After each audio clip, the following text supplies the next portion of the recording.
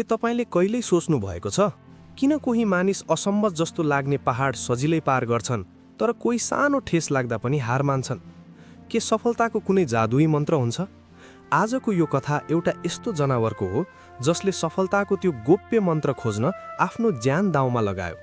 यो कथाले तपाईको सफलताप्रतिको पूरै सोच बदलिदिनेछ। यो कथा हो शिबुको, एउटा खरायो जसको मुटुमा एउटा विशाल सपना थियो, त्यो आकाश छुने भयानक पहाडको चुचुरोमा पुग्ने र त्यहाँबाट सिङ्गो संसारलाई हेर्ने। तर शिबु जति ठूलो सपना देख्थ्यो त्यति नै लापरवाह र अल्छी पनि थियो। आज एउटा काम थाल्यो, भोलि छोडिदिन्थ्यो। उसले त्यो पहाड चढ्ने धेरै प्रयास गर्यो, तर हरेक पटक अलिकति उकालो चढ्ने बित्तिकै उसको सास फुल्थ्यो, खुट्टा काप्थे र ऊ हार मानेर फर्किन्थ्यो। जङ्गलका अरू जनावरहरू उसको मजाक उडाउँथे, बादर त उक्लिन सक्दैन, यो फुच्चे खरायो के उक्लिन्थ्यो। दुनियाँको खिसीट्युरीले शिबु भित्रभित्रै टुटिसकेको थियो। उसलाई लाग्न थाल्यो सायद ऊ कहिल्यै सफल हुने छैन। एक दिन शिबु निराश हुँदै रुखमुनि बस्दै गर्दा काले नामको एउटा फिरन्ते काग त्यहाँ आइपुग्यो। काले संसार घुमेको ज्ञानी काग थियो। उसले शिबुको आँखाको निराशा पढेर भन्यो, शिबु, तिम्रो सपना ठूलो छ तर तिम्रो तरिका गलत छ। यहाँबाट 100औं किलोमिटर टाढा एउटा महान ऋषि तपस्या गर्दै हुनुहुन्छ। उहाँसँग एउटा यस्तो जादुई मन्त्र छ जसले जो कोहीलाई हरेक काममा सफल बनाउँछ। जाऊ, उहाँसँग त्यो मन्त्र माग। सफलताको जादुई मन्त्र पाउने आशले शिबुलाई जुरुक्कै उठायो। 5 दिन र 5 रातको भोकभोकै यात्रा, डरलाग्दा जङ्गल र तीव्र वेगका नदीहरू छिचोल्दै ऊ अन्ततः ती महान ऋषिको आश्रममा पुग्यो। शिबुले हात जोड्दै भन्यो, हे मुनि, मलाई त्यो सफलताको मन्त्र दिनुहोस्।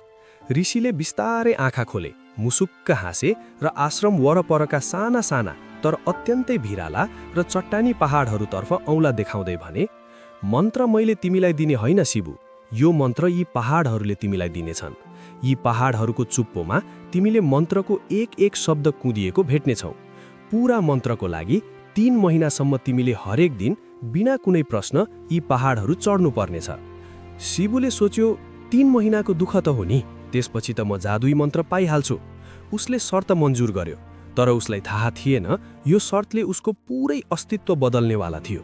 पहिलो दिन बाटो असाध्यै कठिन थियो।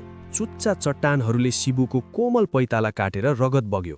ऊ चिप्लिएर कैयौं पटक लड्यो। हुरी बतास र मुसलधारे पानीले उसलाई पछाडि धकेल्न खोजे।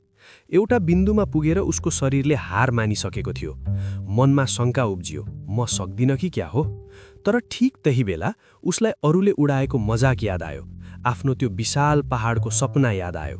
उसले दाँत किट्यो, धुलो टकटक्यायो र फेरि उठ्यो।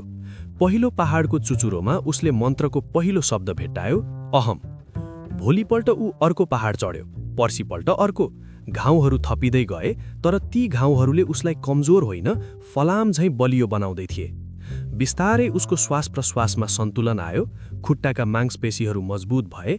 त्यो अल्छी र लापरवाह खरायो अब एउटा एकाग्र र निडर योद्धामा रूपान्तरण भइसकेको थियो।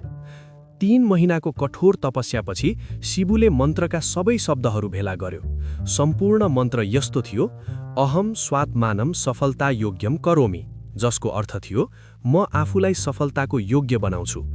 जब शिबुले यो मन्त्रको अर्थ बुझ्यो, उसको आँखाबाट बलिन्द्र धारा आँसु खस्यो। बल्ल उसलाई महसुस भयो, ऋषिले उसलाई कुनै जादुई मन्त्र दिएका थिएनन्। ऋषिले त ती कठोर पहाडहरू मार्फत सङ्घर्षको भट्टीमा पोलेर उसलाई सुन जस्तै शुद्ध र बलियो बनाइरहेका थिए। सफलता बाहिर कतै खोज्ने कुरा रहेनछ, सफलता त आफूभित्रै निर्माण गर्ने कुरा पो रहेछ। शिबु आफ्नो जङ्गल फर्कियो। पहाड उही थियो, चुनौती उही थियो, तर यसपटक शिबु फेरिएको थियो। उसको छाती चौडा थियो, आँखामा अदम्य साहस बलिरहेको थियो। उसले पहाडलाई हेर्यो, गहिरो सास लियो र आफ्नो अन्तिम चढाइ सुरु गर्यो, किनभने अब उसलाई थाहा छ ऊ सफलताको योग्य बनिसकेको छ। के तपाईले आफ्नो जीवनको त्यो विशाल पहाड चढ्न सुरु गर्नुभयो? के तपाईँ अझै पनि कुनै जादुई मन्त्रको पर्खाइमा हुनुहुन्छ? वा शिबु जस्तै सङ्घर्षको भट्टीमा जलेर आफूलाई योग्य बनाउन तयार हुनुहुन्छ? यदि यो कथाले तपाईँको मुटुमा अलिकति पनि आगो बालेको छ भने तल कमेन्टमा लेख्नुहोस्, म सफलताको योग्य बन्नेछु। भिडियोलाई लाइक गर्नुहोस् र यस्तै जीवन बदल्ने कथाहरूको लागि च्यानललाई सब्स्क्राइब गर्न नभुल्नुहोला। धन्यवाद।